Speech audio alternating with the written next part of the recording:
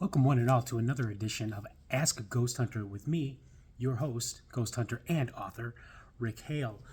Just a couple of days ago, on a episode of On the Road, I took us to Mount Tabor Cemetery in Crystal Lake, Illinois. It's a beautiful spot. It's a quiet spot, peaceful spot. However, it's got a lot of dark history and hauntings that are involved as well. So I would suggest that you go over anywhere on any of my socials to, take a look at that video of Mount Tabor Cemetery, as well as the pictures on my TikTok at Common Sense Paranormal Media. So everybody, like I said, once again, I just want to say thank you so much for joining me here with Ask a Ghost Hunter.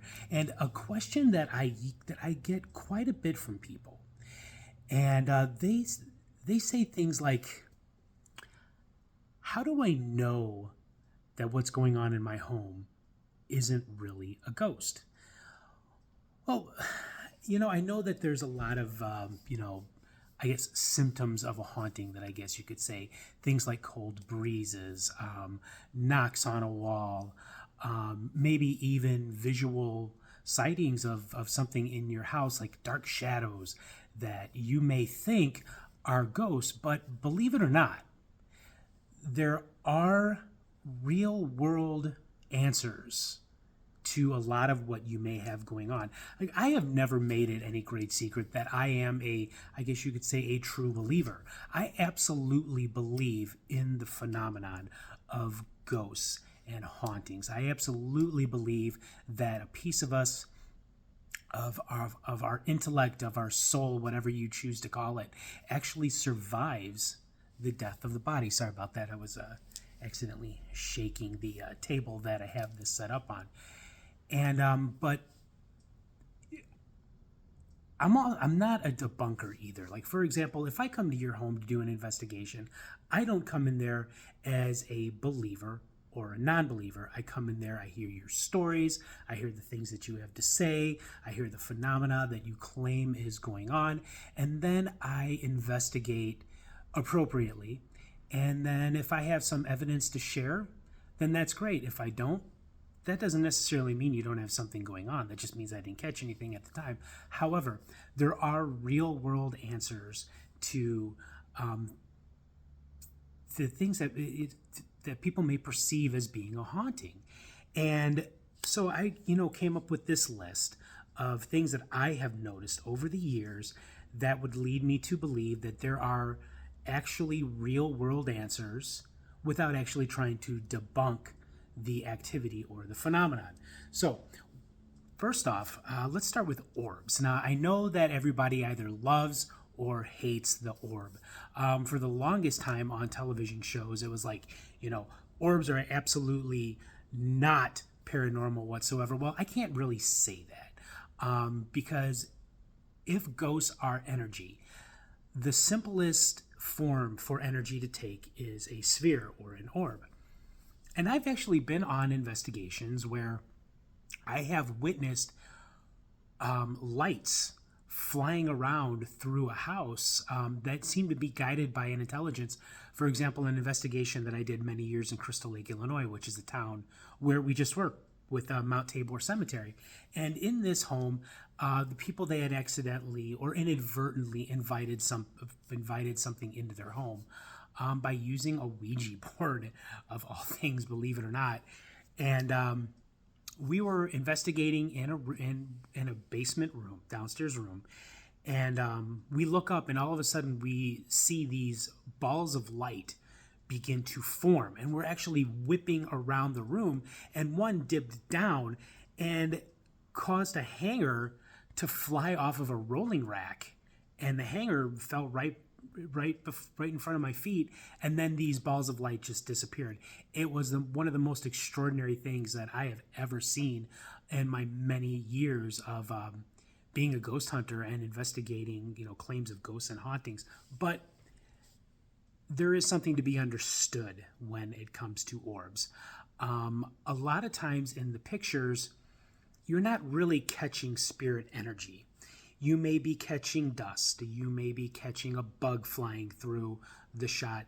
You may be capturing some kind of condensation that could be in a location, and it happens. What happens is that when you take a picture, the flash, it reflects off anything that may be in the room. I mean, that's of course how you catch the picture. And with these orbs, if it hits like dust that's in a room, it makes it look bigger and brighter than it actually is. Same with bugs that go streaking through. It makes it look like something that was real popular in the paranormal realm for a while called rods, and it really was just bugs flying through a picture.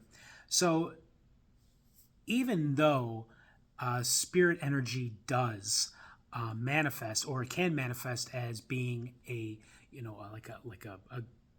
a glob or a round orb, so to speak. A lot of the times when you catch that in a picture, it really is just dust. So maybe dust your home a little bit better. Sorry, I know I need to do that to myself. But yeah, so that really could be the cause of something that you're catching in the picture. But not spirit energy, just dust or condensation or a bug. Moving right along, unnaturally cold breezes. Now, this is a really good one because, yes, spirits, they do need to suck the energy out of a room to help themselves manifest. And when they do that, they could make a room or a spot where you're standing feel very, very cold. Again, on an investigation that I did many years ago, I was actually able to communicate with the spirit by asking it to make the temperature in the room higher or lower. And it was able to do that.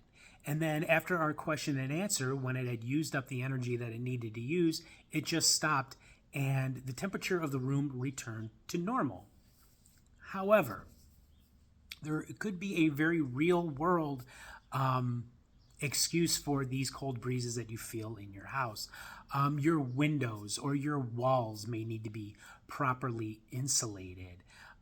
If it is something that is a constant and consistently happening, you may need to call a builder and have them insulate your house or your windows or your doors a little bit better to keep that cold breeze from coming and going. Now, we have to move on to the more dangerous real world explanations for what people think that they are experiencing in a haunting. And first off, we're going to start off with high electromagnetic field. Now, if you have been in paranormal land like myself for many, many years and watched a lot of the television shows, you're very aware that a high electromagnetic field can occur in a house. And a lot of times this electromagnetic field or a high one is caused because your wiring, your electricity in your house is not exactly well insulated, and it can bleed into the environment. And with the high electromagnetic field, this can cause things like paranoia, cause anxiety, can cause feelings of being watched. Here's a really, really interesting story. Like in my house, for example, when I'm standing by the sink doing dishes, I do feel like I am being watched. So one day I'm like, well, I look over to my right and there is the power board, where all the fuses and everything are. So I grab one of my EMF detectors and I hold it up to it, and it's like, oh my God, it is very, very high. And I am very sensitive to high electromagnetic fields. And that's exactly what it is that I feel when I'm standing there. I don't have like a ghost standing over my shoulder. I just need to do something about about the electricity in my house. Another one moving along too is infrasound. Now, infrasound may be a new one to many people in the paranormal field and paranormal community. But infrasound is a low decibel sound that operates at 20 hertz. And that is below what humans can hear. Like my dog Gertie over here, she hears that kind of thing all the time. She's very aware of these sounds that I can't hear, but her hearing is that, like dogs and cats, their hearing is very, very sensitive. Animals in general, they can hear this infrasound. And infrasound, like the high electromagnetic field, it can make you feel things like paranoia, anxiety, nausea, and even causes hallucinations. That's right, it has been seen in studies that exposure to infrasound makes your eyes wobble inside your head. And that can cause people to see black shadows out of the corner of their eye, which is something that you commonly hear in many stories of haunted homes and haunted places. I saw a shadow out of the corner of my eye. So what causes this high infrasound? You get a lot of homes and apartments in, like, right here in the Chicagoland area, for example, that are very close to trains. Trains passing through, like the elevated or subway. These trains passing through causes this low decibel, below 20 hertz sound, and it can make people think that they're seeing things, or make people think that they're feeling things, or people that live near airports, or people that, another good one with like the high EMF, people that live underneath power lines.